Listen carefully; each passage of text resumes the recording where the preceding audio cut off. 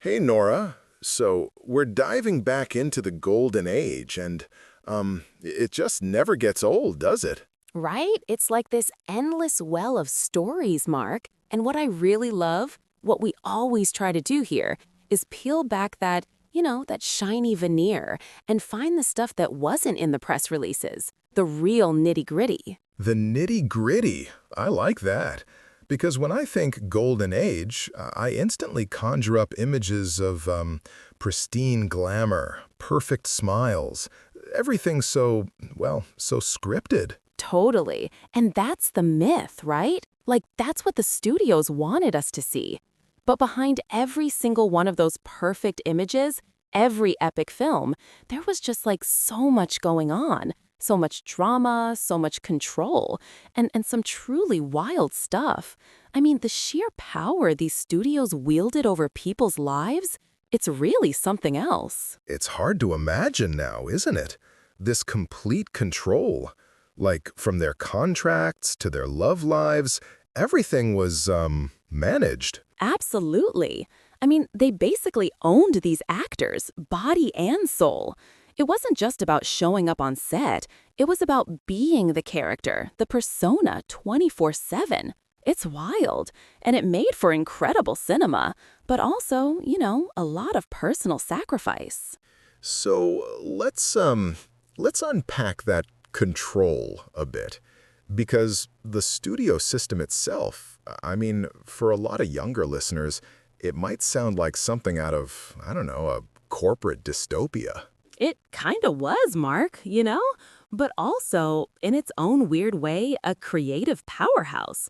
Think of it like this. You had these five major studios, MGM, Warner Brothers, Paramount, RKO, Fox. And they were like vertical empires. They owned the production facilities, the distribution, and the theaters. So they controlled everything from concept to screen. Wow. So you're saying they basically dictated what people watched, top to bottom. Pretty much. And they had these huge stables of actors, directors, writers, even cinematographers, all on long-term contracts. So if MGM wanted Greta Garbo for a film, she was theirs. They owned her time, her image, even her name sometimes. It was totally immersion. Like you were an MGM star, not just an actor working for MGM on a project.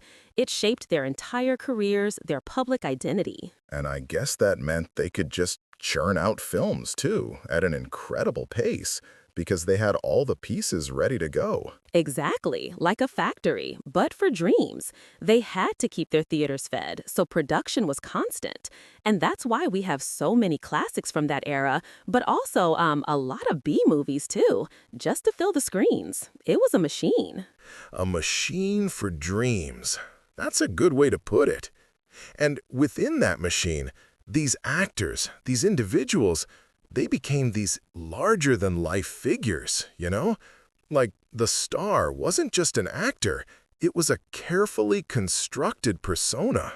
Oh, absolutely. The star-making machinery was like incredibly sophisticated. It wasn't just about finding someone talented, it was about packaging them. Studios would change their names. Think about Lucille Lesueur becoming Joan Crawford, or Isur Danielovich becoming Kirk Douglas. They dictate their hair, their makeup, their wardrobe, even their public speaking voice.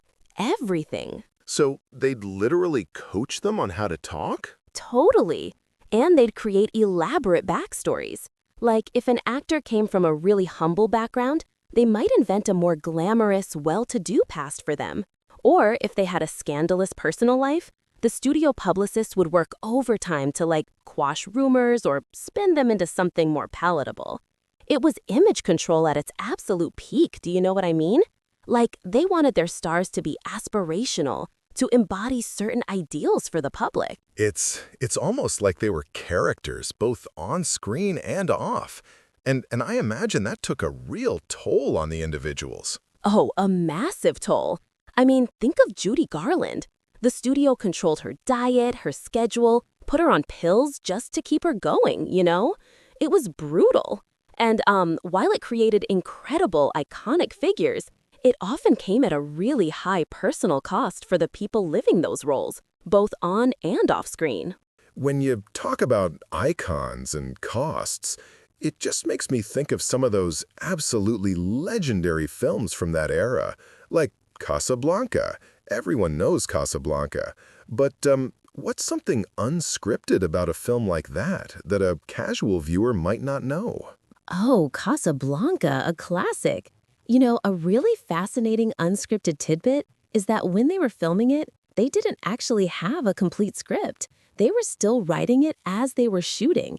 Like, the actors sometimes didn't know how the movie was going to end until the very last minute. Can you even imagine that pressure? No, that's wild. That's amazing. It turned out so perfectly then. Right? It's a testament to the talent of everyone involved, obviously, but also to that frantic, fast-paced studio system.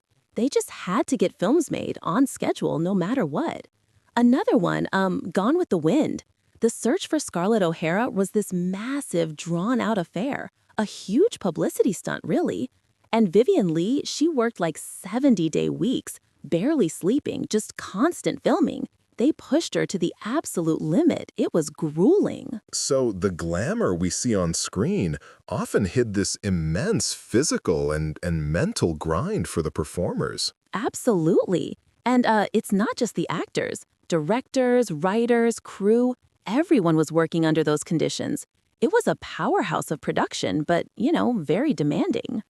That's a powerful point, Nora. And you mentioned, these iconic figures. But what about the ones who weren't quite so lucky? Or maybe their stories just haven't lasted in the popular consciousness quite as much. The forgotten legends, I guess. Oh, there are so many. Like, you hear about the big stars, but what about someone like Thelma Ritter? She was this incredible character actress. Like, she was nominated for 6 Academy Awards for Best Supporting Actress and never won. She brought so much life to every role, often playing the witty best friend or the sarcastic maid. She was just phenomenal in everything she did, from All About Eve to Rear Window, but she's not a household name today like, say, Bette Davis. That's a great example.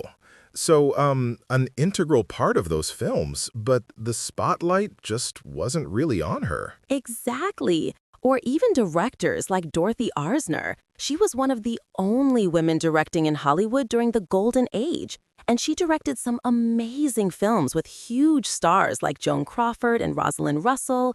She had a really distinctive style, like super innovative for her time. But her name doesn't come up as often as Frank Capra or Alfred Hitchcock. Her contributions were huge, but, sort of pushed to the side a bit now. It's really sad because her work is still so relevant. It's a shame. It just reminds you there are so many layers to these stories, so many untold tales beyond the mark.